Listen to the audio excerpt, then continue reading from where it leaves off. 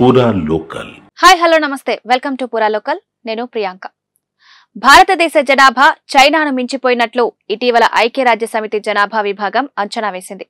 ప్రస్తుతం మన దేశ జనాభా 142.86 కోట్లు కాగా చైనా జనాభా 142.57 కోట్లుగా వెల్లడించారు. ఈ పరిస్థితిని మనం ముందుగానే ఊహించాం కాబట్టి పెద్దగా ఆశ్చర్యపోవాల్సింది లేదు. అయితే ఇక్కడ ఆందోళన చెందాల్సిన అంశం ఏంటంటే హిందువుల జనాభా నిష్పత్తి తగ్గుతుంటే ముస్లిం జనాభా విపరీతంగా పెరుగుతోంది. దీంతో దేశ జనాభా సమతౌల్యం క్రమంగా దెబ్బతింటూ వస్తోంది.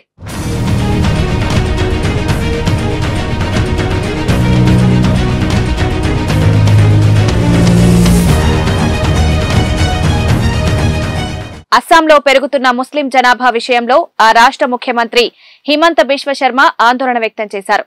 రాష్ట్రంలో మారుతున్న జనాభా నిష్పత్తి పట్ల తనకు ఆందోళనగా ఉందని, ముస్లిం జనాభా విపరీతంగా పెరిగిందని అన్నారు. ముస్లిం జనాభా పెరగడం అనేది తనకు రాజకీయం కాదని, జీవన్మరణ సమస్య అని హిమంత బిశ్వ వ్యాఖ్యానించారు. 1951లో 12% ఉన్న ముస్లిం జనాభా ప్రస్తుతం 40% చేరుకుంది.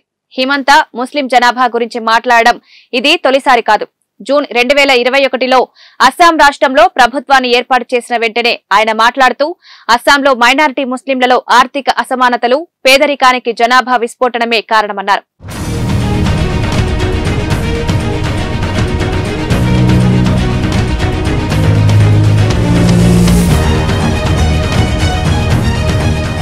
అస్సాంలో ముస్లిం జనాభా పెరుగుదలకు ప్రధాన కారణం అక్రమ వలసలు. అస్సాంని ఆనుకొని ఉన్న బంగ్లాదేశ్ నుంచి అక్రమ వలసలు కొనసాగుతున్నాయి. వీటిపై ప్రభుత్వాలు చర్యలు తీసుకోవాల్సిన అవసరం ఉంది. అస్సాంలోనే కాదు, దేశవ్యాప్తంగా ముస్లిం జనాభా పెరుగుతోంది. ఇందుకు కారణం కుటుంబ నియంత్రణ పాటించకపోవడమే. ఇస్లాం కుటుంబ నియంత్రణను అంగీకరించదని, దాన్ని పాటించి భగవంతుడు ఇచ్చే పిల్లలను కనే హక్కును నిరాకరించడం అపరాధమనే అపోహలను ఇస్లాం ఛాందసవాదులు, మత పెద్దలు పెంచుతూ వచ్చారు. దీని కారణంగా జనాభాతో పాటు ఛాందసవాదం, పేదరికం, అవిద్య కూడా పెరుగుతూ వచ్చింది. నిజానికి ఖురాన్లో ఎక్కడ కూడా కుటుంబ నియంత్రణను నిషేధించలేదు. మహమ్మద్ ప్రవక్త కూడా దీనికి వ్యతిరేకంగా మాట్లాడలేదు.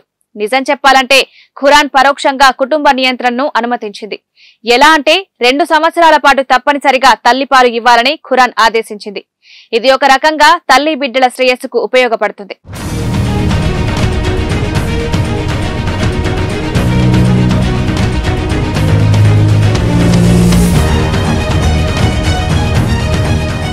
ఇరాన్, ఈజిప్ట్, ఇండోనేషియా, బంగ్లాదేశ్ వంటి సంప్రదాయ ఇస్లామిక్ దేశాలు కుటుంబ నియంత్రణను పాటిస్తున్నాయి.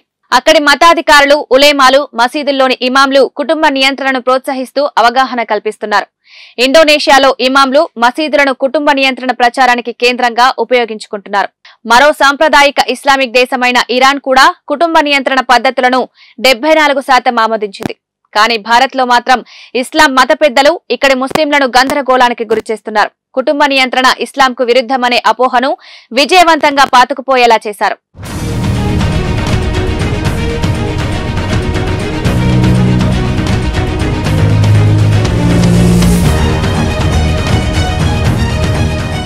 ఇవి అప్డేట్స్. కీప్ వాచింగ్ పూరా లోకల్.